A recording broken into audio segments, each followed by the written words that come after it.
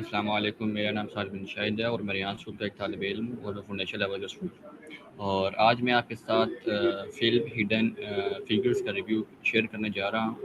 یہ ایک سچی کہانی پر مبنی فلم ہے جو ناسا میں کام کرنے والی 3 باصلاحیت افریقی نژاد امریکی خواتین کی زندگی پر بنائی گئی ہے۔ ان کے نام کیتھرین جانسن،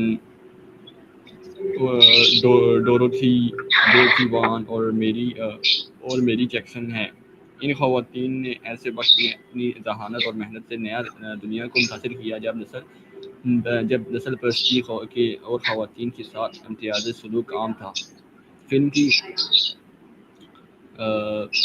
اداکاری بہت شاندار، تمام اداکاروں نے اپنے کردار بہت خوبصورت سے نبھائے۔ فلم کا ماحول موسیقی اور 1960 کی دہائی کی جھلک سے مزید حقیقت کے قریب آتی دیکھتے ہوئے ایسا محسوس ہوتا ہے جیسا ہم خود اس کا دور کا حصہ ہوں۔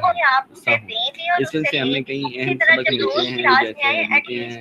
سب سے بڑا سبق یہ کہ کبھی بھی اپنی صلاحیتوں پر شک نہیں کرنا چاہیے۔ رنگ، نسل یا جنس کی کسی انسان کی کامیابی کا فیصلہ نہیں کرتے، بلکہ اس کی محنت، علم اور لگن سے کامیاب بناتے ہیں۔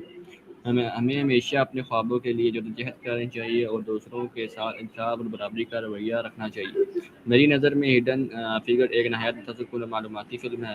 یہ ہر طالب علم، استاد اور ہر ایسے شخص کے لیے